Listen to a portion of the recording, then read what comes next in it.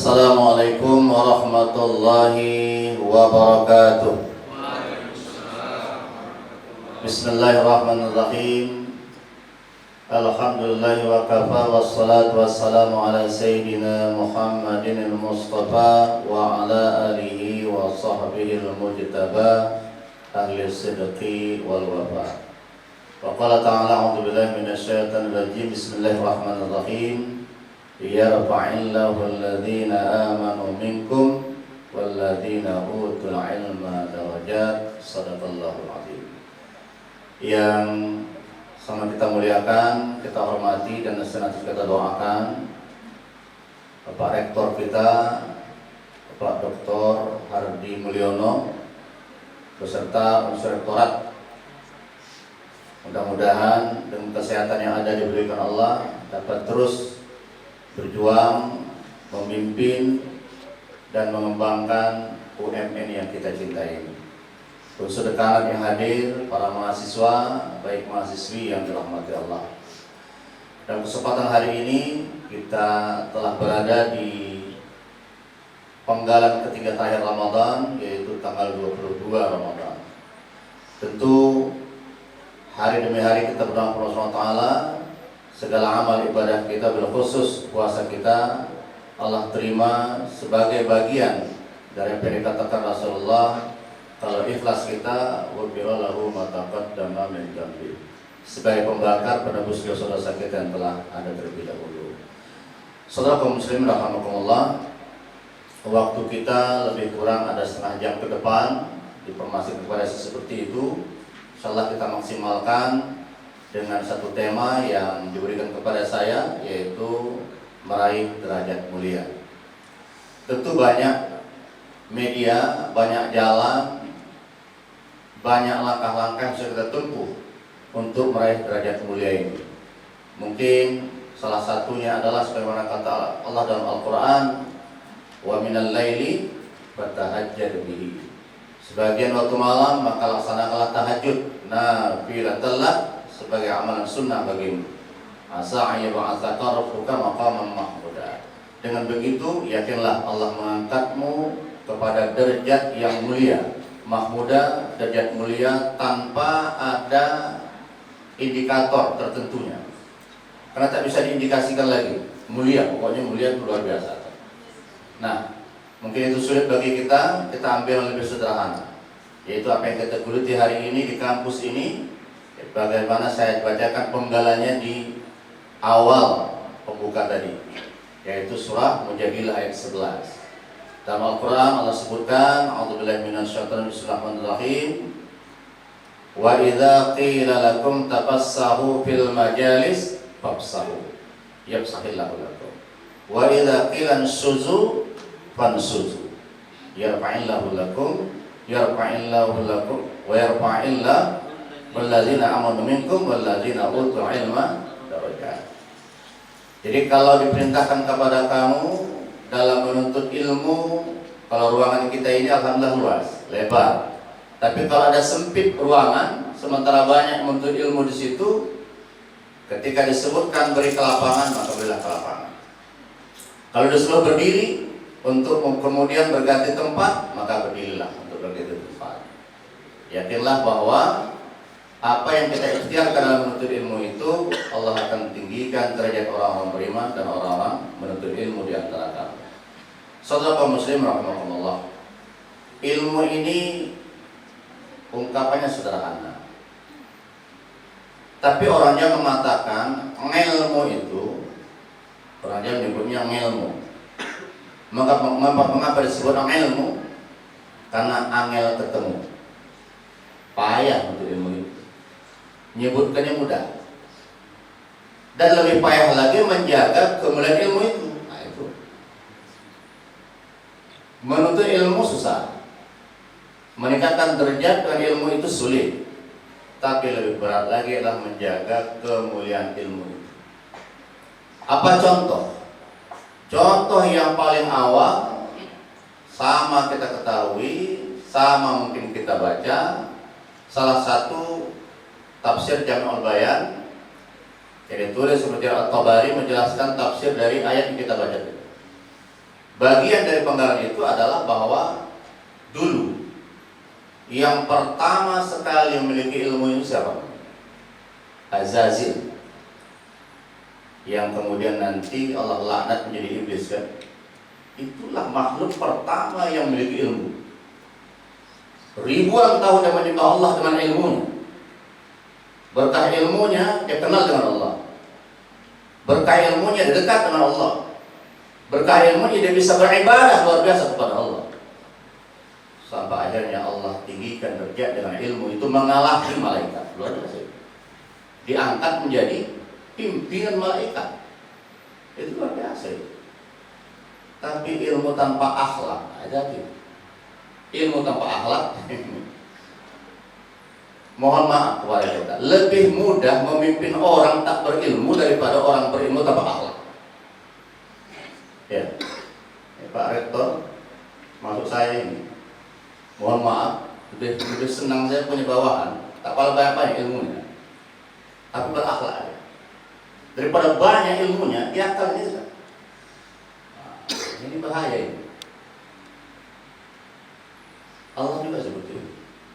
Azazil itu banyak ilmunya. Sekarang banyak ilmunya, apa yang muncul pada dirinya? Ketika muncul satu makhluk yang mengimbangi ilmu dia, apa yang terjadi? Iri, dengki. Wah, ini nampak saingan baru. Sama pula ilmu kawannya sama. Kompetensinya sama pula ya. Aku ilmu matematika ya, matematika pula. Nampaknya jago pula kawannya. Nah, ini jadi masalah. Ketika sudah memandang orang lain yang sama ilmu dengan kita sebagai sebuah saingan, ini bahaya. Mulai muncul bibit-bibit kesombongan. Jadi bagi kita yang berilmu, ada orang-orang sekitar kita yang sama ilmunya, mungkin lebih tinggi ilmunya, kita senang. Kalau saya tidak paham, bisa bertanya, bisa saling mengisi. Tapi bagi Azazil tidak. Begitu Allah akan ciptakan Adam, ini ja'alul filal khalifah. Dia berkata, Allah berkata para malaikat, aku menjadikan khalifah di muka bumi. Dan aja sudah ada informasi bahwa khalifah itu nanti salah satu karakternya berilmu. Wa 'allama Adam al-asma'a kullaha. Allah mengajarkan kepada Adam itu bukan satu ilmu, bukan dua ilmu, kullaha. Dalam tafsirnya kullaha itu dari mulai ilmu awal terjadinya alam sampai ilmu berakhirnya alam. Dan semua apa yang ada di alam Allah ajarkan kepada Adam AS. Ini kata Azazil, gawat kalau seperti ini. Dia tidak mau punya, ya bahasanya saingan lah. Padahal kalau dia berkongsi dengan Adam ketika itu luar biasa kehidupannya. Tapi memang kontrol Allah gitu ya. Tapi bagi kita ibrahnya adalah bahwa ilmu yang kita miliki yang tidak diiringi dengan ketawaduan, yang tidak diiringi dengan pengamalan yang baik, justru akan memarginalkan kita, akan meminggirkan kita dari kemuliaan. Makanya saya ingin kita menggali ilmu ini betul-betul apa yang Allah katakan pada surah Mujadilah tadi, ya fa'illahu alladhina amanu minkum walladhina utul ilma darajat. Bahwa Allah angkat kita dengan ilmu itu, ilmu yang betul-betul lillahi ta'ala tanpa terselip kesombongan. Ini penting ya. Nah, oleh karena itu sekali lagi Azazil dengan kesombongannya Allah laknat dia menjadi makhluk terendah, walaupun dengan keilmuan yang ada itu dia bersumpah akan terus-menerus menutup jalan-jalan kebaikan bagi manusia ini. Summa la'atiyannahum min baini aydihim wa min khalfihim wa in 'afu 'an aymanihim wa 'an shama'ilihim wa la tajidu aktharahum syakirin. Ya Allah, karena Kau sudah menyesatkan aku sumpah. Ada sumpah jabatan iblis. Apa sumpah jabatannya? Kalau sumpah jabatan saya sebagai dosen, saya akan mengajar dengan baik. Sumpah jabatan struktural akan bekerja sesuai tupoksi dengan baik. Sumpah jabatan iblis, dia akan hadang jalan kebaikan kita dari depan, dari belakang, dari kanan dan dari kiri. Tutup semua jalan. Ini luar biasa. Dan itu kita rasa. Ketika kita membuat kebaikan, ada saja godaan-godaan iblis itu, baik dalam bentuk jin maupun manusia. Apakah dari keluarga kita, dari teman kita, jiran tetangga kita. Nah ini kepada sekali lagi, mari kita cari ilmu ini sebaik-baiknya dan kita bekali dengan ketawaduan ketika mendapatkan ilmu. Bapak Ibu Saudara yang dirahmati Allah, untuk mengamalkan ilmu ini memang dalam prakteknya, saya ulang ya, memang dalam prakteknya ini harus betul-betul kita berpedoman dengan ilmu yang kita miliki. Ilmu yang kita miliki itu yang paling utama adalah pengamalannya. Ilmu tanpa amal, pepatah Arab mengatakan kasyajari bila sama, seperti pohon tak ada buahnya, tak ada manfaat bagi kehidupan. Mohon maaf, kalau kita berilmu, tinggal di suatu tempat, orang tak merasakan manfaat ilmu kita harus muhasabah dulu. Mohon maaf, muhasabah. Apakah betul berilmu atau tidak? Itu penting itu. Karena kalau sempat tak ada buahnya, ini berarti ilmu kita itu ilmu yang pasif. Kalaupun aktif konsumtif itu, untuk kita saja ilmu, tak pernah mengalir kepada orang lain. Dan itu bukan maksud dari ilmu yang sesungguhnya. Makanya ketika Allah memberikan ilmu kepada Adam, apa yang pertama dilakukan? Mengajari malaikat itu. Ambihum bi asma'ihim. Kata Allah kepada Adam, ajari malaikat ini semua tentang nama-nama yang ku ajarkan tadi. Ajari orang. Ambil manfaat ilmu itu untuk kemanfaatan sebesar-besarnya seluas-luasnya bagi orang lain. Karena dengan kemanfaatan yang ada bisa kita menyebarkan ilmu secara luas. Yakinlah bahwa kemuliaan pribadi nanti bisa menjadi kemuliaan kolektif. Ada dulu sebuah kisah. Ini kemuliaan kolektif ini. Kalau kemuliaan pribadi alhamdulillah sudah dapat. Tapi itu belum cukup. Karena orang belum bersaksi kepada Allah, atau Allah belum memberikan kesaksian kepada lingkungan kita bahwa kita orang yang berilmu. Dulu ada sebuah kisah di masa Rasulullah SAW. Kisah ini populer. Saya yakin kita semua pernah dengar, bahkan pernah baca kisah ini. Ada seorang pembunuh 99 orang kan? Ada? Dia membunuh 99 orang. Dia mau bertaubat. Dia datang kepada seorang ahli ibadah, rahib namanya. Ahli ibadah itu sebutnya rahib, bukan nama si rahib itu rahib, tidak. Ahli ibadah itu disebut rahib. Dia tanya kepada rahib, ya rahib, aku sudah membunuh 99 orang. Kira-kira bisa tidak aku bertaubat kepada Allah dengan dosa sebesar itu? Kata rahib, kalau tak berilmu, ahli ibadah saya terilmu. Oh, nggak bisa. Dosa terlalu besar, tak ada peluang itu ampunan Allah kepadamu. Bahasa rahib ini lengkap 100. Lalu dia berjalan lagi mencari orang untuk ditanya.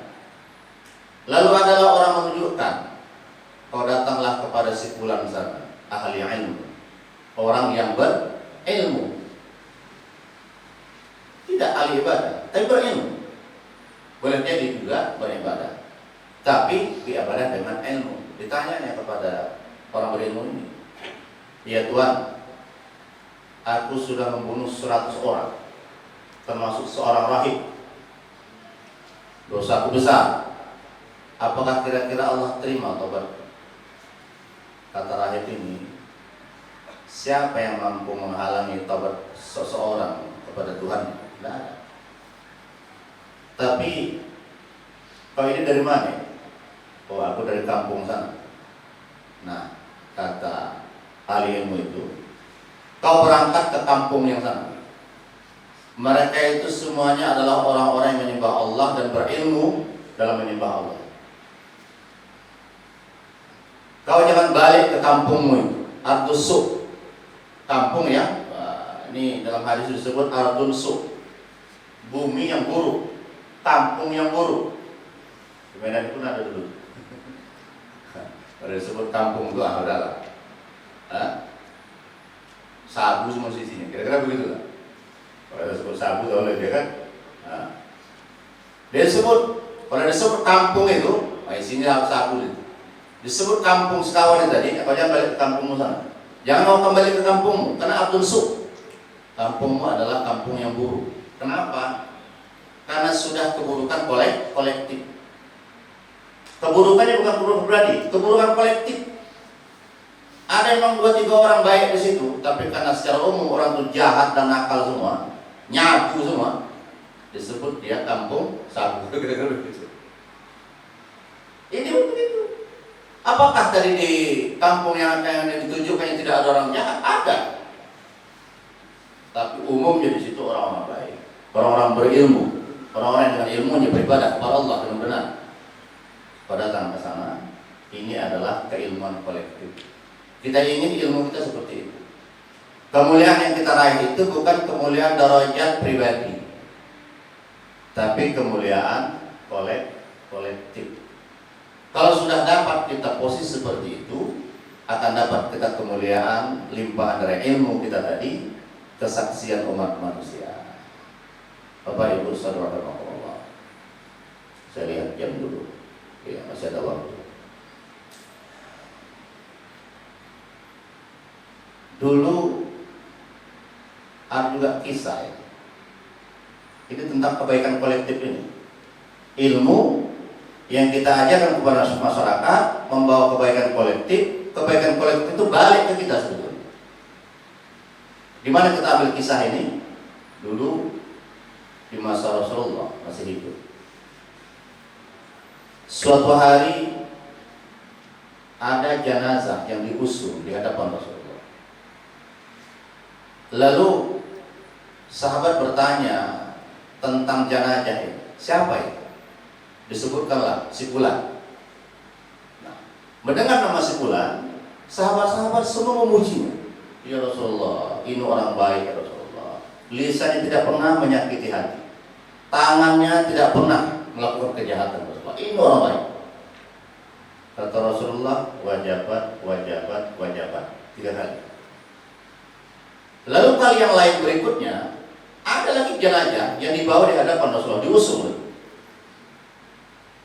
Nah, yang ini sahabat juga mencari tahu siapa jenazah.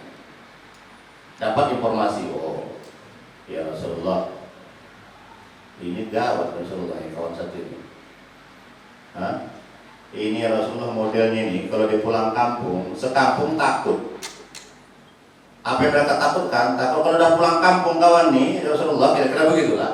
Yakinlah ada kambing hilang. Wah, ini luar biasa ini jahatnya. Kata Rasulullah, wajabat 3 kali juga. Umar yang ada di sebelah Rasulullah ketika itu heran dia. Ya Rasulullah, dulu pernah dibawa jenazah di hadapan Tuhan, kami ceritakan kebaikannya, Tuhan mengatakan wajabat. Ini ada jenazah yang dibawa di hadapan Tuhan, kami sebut keburukannya, Tuhan juga mengatakan wajabat. Kata Rasul, man asnaitum bil khair wajabat lahul jannah. Orang yang kalian puji kebaikannya itu wajib dia menghuni surga.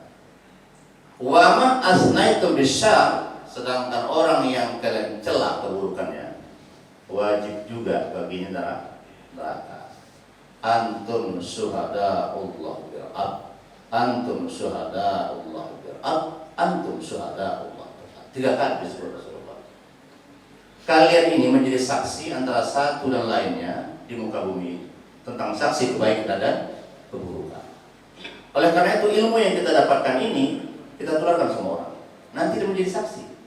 Saya alhamdulillah tadi beliau ini tadi ya jumpa sama saya, Ustaz. Dulu istri saya mahasiswa Ustaz. Kira-kira begitu. Wah, dia mengatakan Ustaz orang baik, orang begini. Alhamdulillah. Itu akan menjadi menjadi tiket saya masuk ke surga itu.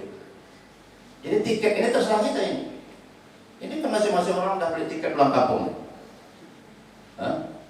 Habis tiket sudah, tak bisa lagi pulang kampung. Tak usah kepala sibuk kita cari tiket pulang kampung. Yang penting bagi kita ini cari tiket pulang ke akhirat ini sekarang. Bagaimana cara mencari tiket pulang ke akhirat supaya jalur tol ini dapat? Wajib Allahul jannah. Apa tiketnya? Kesaksian tadi. Itu tiketnya. Itu susah mencari tiketnya ya. Tak pula bayar mahal-mahal. Baik-baik sama kawan-kawan, jiran tetangga, sama suami istri, sama anak-anak. Ya, pulang senyum awa, walaupun berat rasa di kantong tidak ada lagi. Senyum-senyum saja kita. Didik istri dengan baik, dia menjadi saksi dari kebaikan kita. Anak menjadi saksi kebaikan kita menjadi saksi kebaikan istri. Sudah, itu tiket kita. Dari mana kita mulai? Berilmu. Orang kalau tak berilmu, susah ini seperti ini. Dari ilmu lah kita mulai. Oleh karena itulah harapan kita bahwa ilmu yang kita miliki ini, yang Allah sebutkan pada surah Mujadalah tadi, bahwa Allah mengangkat derajat orang-orang berilmu, bukan saja derajat individual, tapi yang ingin kita adalah derajat kolektif. Itu dia. Derajat kolektif ini kita bawa ke masyarakat ini, dan saling kita menjadi saksi. Dengan begitu kita insya Allah saling menjadi saksi kebaikan. Dan saksi kebaikan kita itu adalah itu tiket kita. Nah, Bapak Ibu jemaah rahimakumullah, ini poin penting bagi kita. Jangan sempat ilmu yang kita miliki justru menjerumuskan kita berpaling dari Allah, apalagi kesyirikan kepada Allah, sebagaimana dulu ilmu orang terdahulu yang luar biasa hebatnya. Dalam catatnya kisah-kisah. Siapa itu? Ada Namrud. Ternyata penemu jam itu yang pertama Namrud. Membagi waktu 60 detik 1 menit, 60 menit 1 jam, itu Namrud. Menemukan bahwa pergantian waktu tengah malam jam 00 itu Namrud. Hebat itu. Hebat. Tapi ternyata Namrud dengan ilmunya sombong kepada Allah. Bahkan mengaku sebagai Tuhan. Bukan tamu itu. Mengaku sebagai Tuhan. Allah kirim kepada dia seekor nyamuk, selesai nyamuk, bukan nyamuk biasa. Masuk nyamuk itu melalui hidung, mutar di otaknya. Allah ajab dunia itu. Siapa lagi yang putih sejarahnya masih ada sampai sekarang? Piramid, Firaun dan kawan-kawan. Hebat itu. Belum terpecahkan bagaimana piramid itu kokohnya sampai tak bisa runtuh dengan apapun, goncangan apapun. Tapi ternyata kesombongan menenggelamkan dia di laut merah. Nah, jadi hati-hati ketika dia sudah hatta idza atarqa, kata Al-Quran surah Yunus, sampai batas ketika masuk pasar qal, dia berkata, amantu, aku beriman kepada Tuhan amanat ini Bani Israil. Aku beriman kepada Tuhan yang orang-orang Bani Israil beriman kepada itu. Mendengar itu, malaikat Jibril hadir ketika Firaun tenggelam. Rahasia itu diceritakan kepada Nabi Allah Muhammad belakangan. Itu dia ceritakan. Mendengar kalimat amantu, aku beriman kepada Tuhan amanat Bani Israil, yang orang-orang Bani Israil beriman kepada itu, Jibril langsung mengambil lumpur laut merah itu, disumpalkannya ke mulut Firaun. Dia takut kalau sempat kalimatnya berubah, amantu billah la ilaha illallah, man akhiru kalami la ilaha illallah dakhala jannah. Ini khawatir Jibril. Kalau sempatlah kalimat terakhir yang keluar dari Firaun ketika tenggelam itu, la ilaha illallah, masuk surga Firaun. Makanya ketika Rasulullah masih hidup, dia datang, Jibril datang kepada dia, ya Muhammad, ya, Aku ada rahasianya. Kira-kira begitulah. Apa rahasianya? Kau tahu ya Muhammad, waktu tenggelamnya Fir'aun itu, yang mana lu tahu? Kira-kira begitulah. Kisahnya begini, diceritakannya. Kisah itu adalah Jibril. Kisahnya begini-begini. Dan ketika itu Fir'aun sudah akan beriman kepada Allah. Di akhir ayat itu menyebut wa ana minal muslimin. Dia sebut dia Islam. Fir'aun itu. Cuma imannya, aku beriman kepada Tuhan yang diimani. Kalau sempat dia mengatakan aku beriman kepada Allah, selamat. Cuma dia mengatakan aku beriman kepada Tuhan yang diimani. Dia tidak langsung beriman kepada Tuhan itu, cuma yang diimani oleh Bani Israel. Itu masalah dia.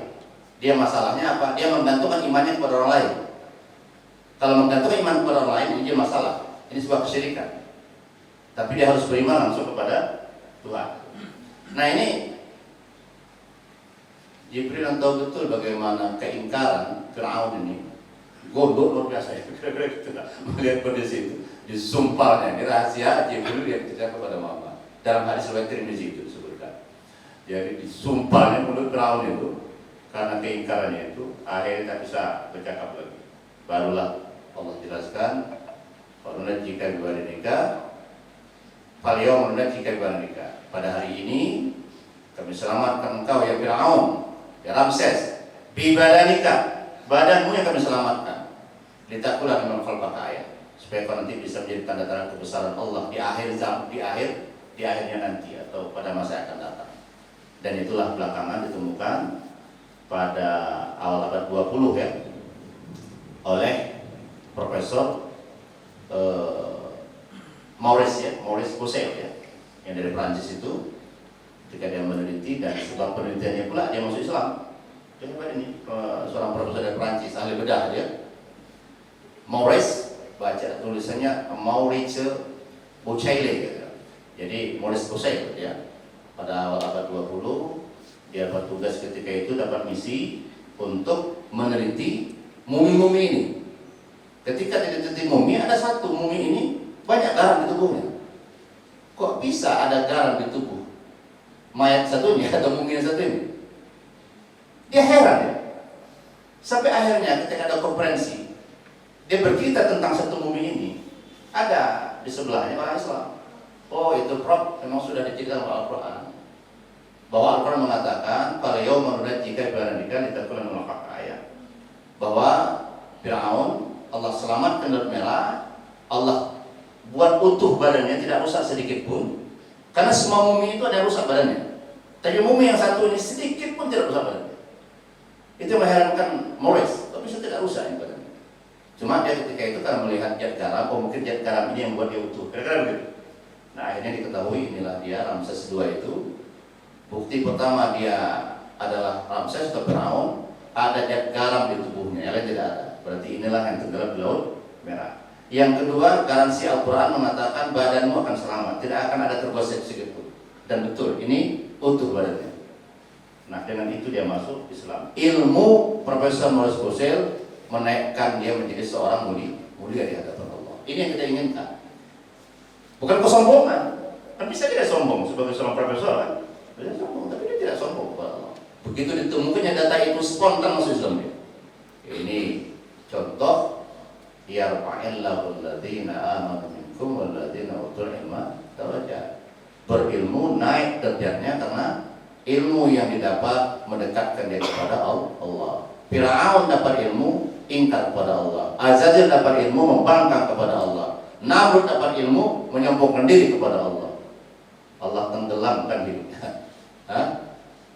Inilah. Jadi kepada kita mari sekali lagi kita mulia dengan ilmu ini dan kita bawa masyarakat kita mulia dengan ilmu. Kemuliaan kita bukan kemuliaan individual, tapi kemuliaan kita adalah kemuliaan kolektif atau kemuliaan sosial. Ini harapan dari kita semua yang ahli ilmu, dan kebetulan saya juga bergelut di bidang ilmu sebagai seorang dosen di Fakultas Sarjana UIN Sumatera Utara.